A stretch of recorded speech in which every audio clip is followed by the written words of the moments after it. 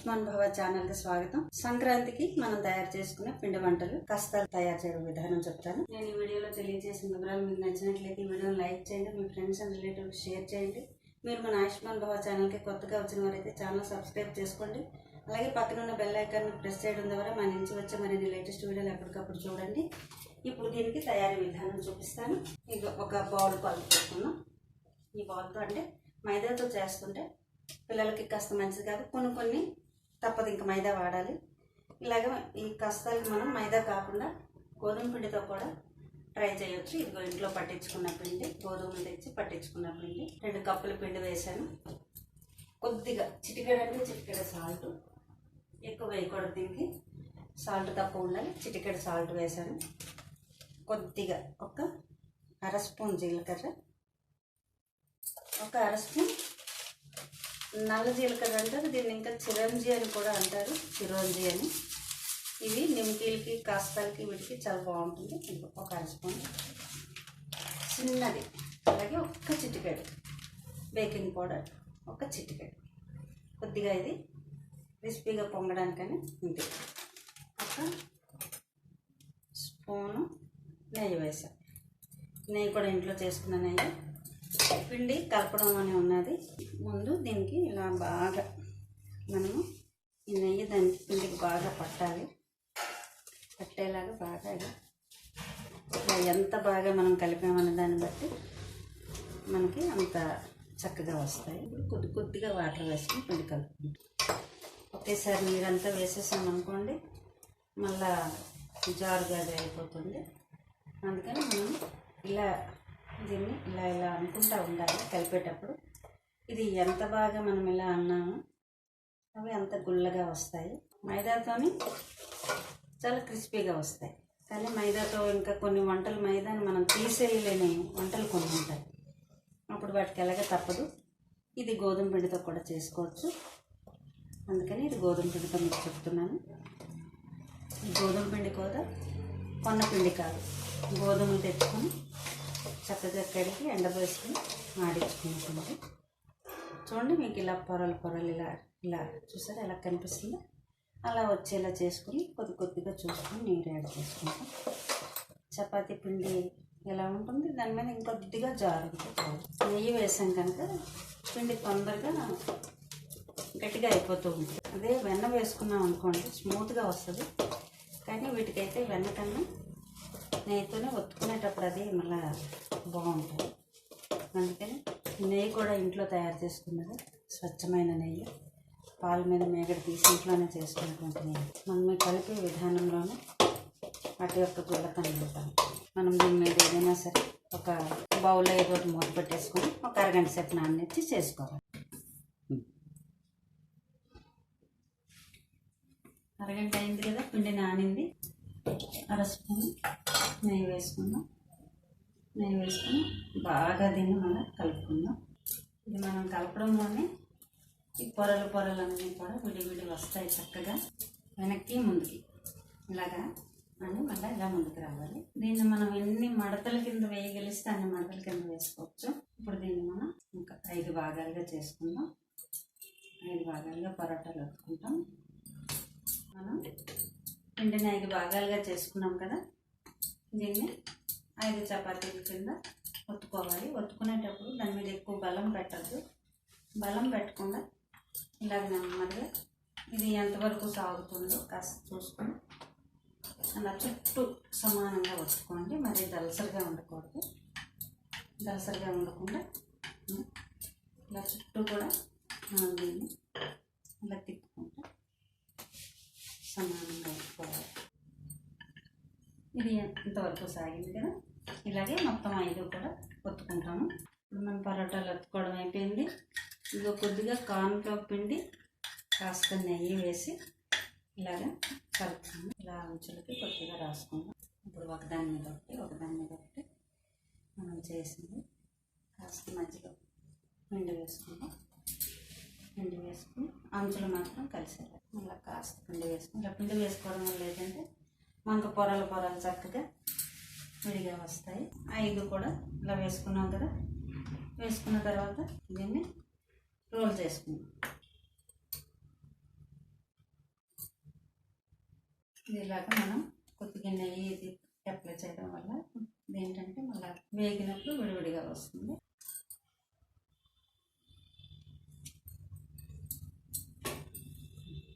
మనం ఇప్పటి సైజులో ఇలా కట్ చేసుకుంటాం.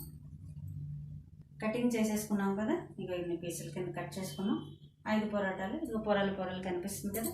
ఇప్పుడు దీన్ని ఇలా పెట్టి మనం ఇలా కొద్దిగా మరీ పలచగా కాదు, మరీ మందంగా కాదు, ఇలాగా ఒత్తుకుంటాం.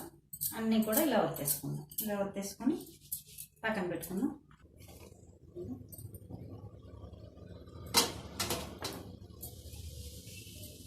చిన్న మంట మీద చిన్నది ఇలా వేపుకోవాలి. ఇగో ఇలాగా పొర విడాలంటే మనం ఇలా నూనెని ఇలా అంటుండాలి. అంటుంటే దీనికి పొర చక్కగా వెళ్తుంటుంది. చూడండి ఎలా పొరలు ఎలా వెళ్తున్నాయి. ఇలా చేస్తూ ఉంటే ఇది చాలా గుల్లగా వస్తుంది. గోధుమ పిండితో ట్రై చేసాము, మైదాతో కాకుండా. గోధుమ పిండితో కూడా చాలా క్రిస్పీగానే వచ్చింది. ఇదిగో చూడండి, చాలా క్రిస్పీగా చూడండి. విరిస్తే ఎలా విరుగుతున్నాయి చూడండి. ఇలా విరగాలి, చక్కగా మనకి వేగాయి. ఇది మన పండగల వంటల్లోని ఇది ఒకటి. ఇప్పుడు సన్నకారాలు ఎప్పుడు రెగ్యులర్గా చేసుకునేటువంటి శనగపిండితో కాకుండా, శనగపిండి బియ్యపిండి కాకుండా, అంటే ఒక గ్లాస్ పెసరపప్పు ఉడకబెట్టుకుని ఇది ఇలా పెట్టుకున్నా, మిక్సీ వేసుకున్నాను. మిక్సీ వేసుకుని దీంట్లో చిన్న ఫ్లేవర్ మనం యాడ్ చేద్దాం. టమాటా కొద్దిగా గుజ్జు చేసుకుందాం. టమాటా మిక్సీ పట్టి గుజ్జు చేసుకుని దాన్ని జాలీలో వేసి ఉడకబెట్టేద్దాం. 1 గ్లాసు, 2 గ్లాసుల బియ్యపిండి. 2 గ్లాసుల బియ్యపిండికి మనం పెసరపప్పు ఉడికించింది కదా, గ్లాస్కి మనకి 1 స్పూన్ సరిపోతుంది. చిన్న గ్లాసే కదా అది. లేదంటే మనం కొలతతో చేసుకున్నాం అనుకోండి, ఒక 4 గ్లాసులు బియ్యపిండి, 1 గ్లాసు పెసరపప్పు అయితే సరిపోతుంది మనం తినే టేస్ట్ని బట్టి. ఇది 1 స్పూన్, ఇది 2 గ్లాసులు కనుక 2 స్పూన్లు వేసాను. ఇక సాల్ట్, 1 స్పూన్ వెన్న వేసుకుందాం. ఇప్పుడు దీన్ని మనం కలిపేసుకోవడం అండి. బాగా మర్దన చేసినట్టు కలపాలి. ఇప్పుడు ఇంకా మనం సన్నకారం కోసం కొట్టుకోవడం. నూనె బాగా కాగింది.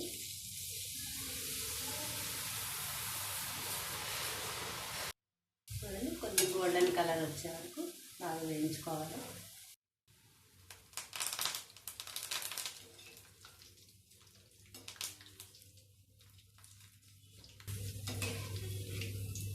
ఎమ్మి కారం. ఎప్పుడు మనం రెగ్యులర్గా వాడుకునే శనగపప్పు కాకుండా ఇది పెసరపప్పు బియ్యం పిండితో చేసినవి.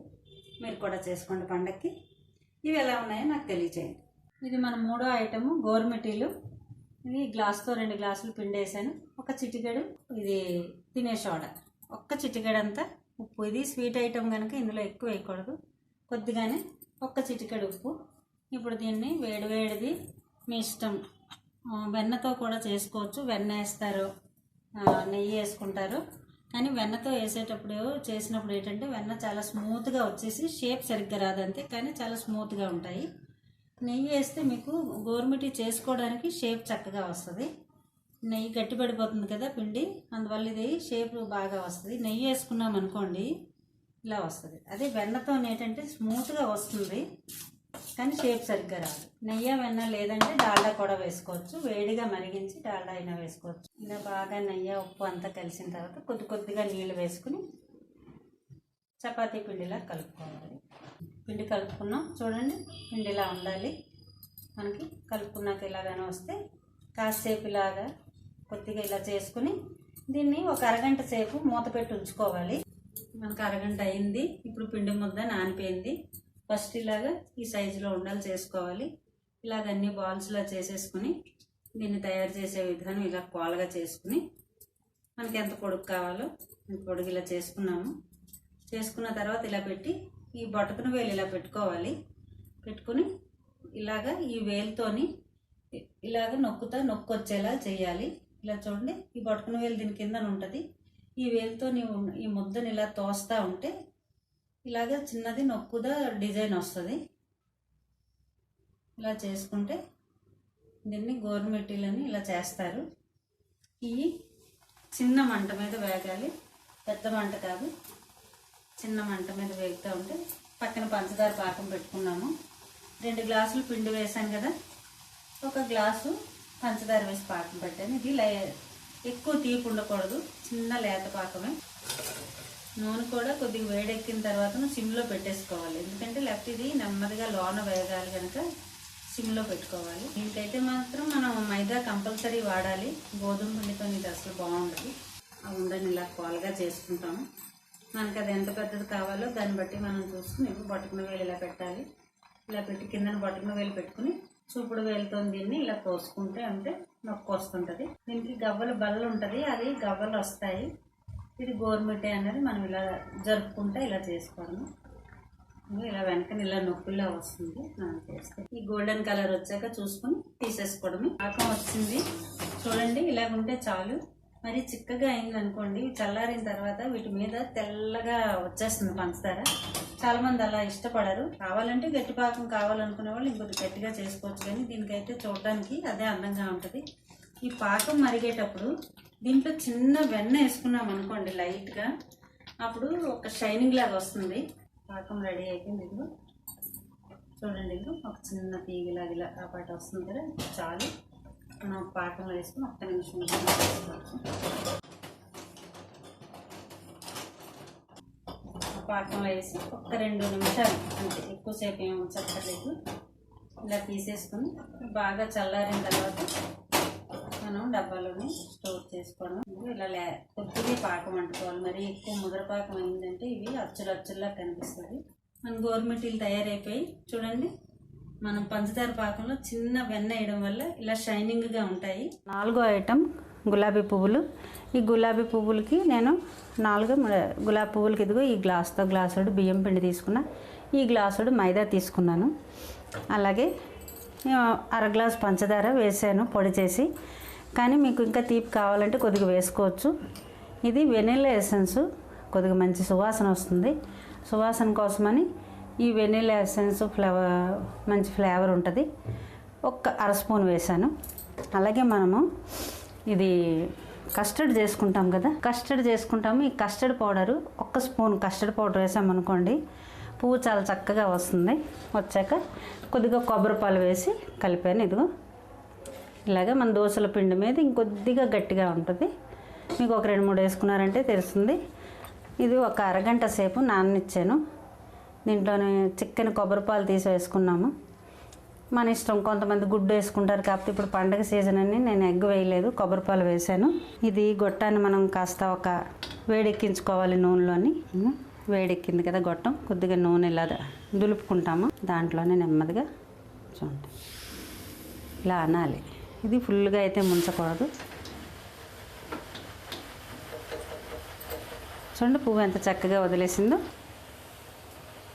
ఈ కస్టర్డ్ పౌడర్ వేసుకోవడం వల్ల ఏంటంటే పువ్వు చాలా తొందరగా వదులుతుంది.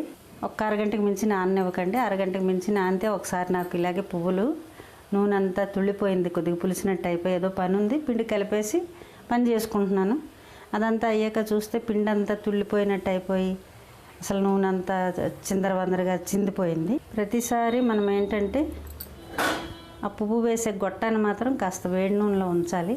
ఉంచితేనే మనకి పువ్వు అనేది చక్కగా విడుతుంది. గులాబీ పువ్వులన్నీ అయ్యాయి. ఇదిగో తయారు చేస్తే ఫస్ట్ నేను పిండి కలుపుకున్నప్పుడు ఇలాగే ఎవరో ఒకళ్ళు తెలిసిన వాళ్ళు రావడం వల్ల పిండి చాలాసేపు నానిపోయింది. అవి సరిగ్గా రాలేదు, అలా తుళ్ళిపోయినట్టు అవి అయిపోయి నూనె బాగా పీల్చేసింది.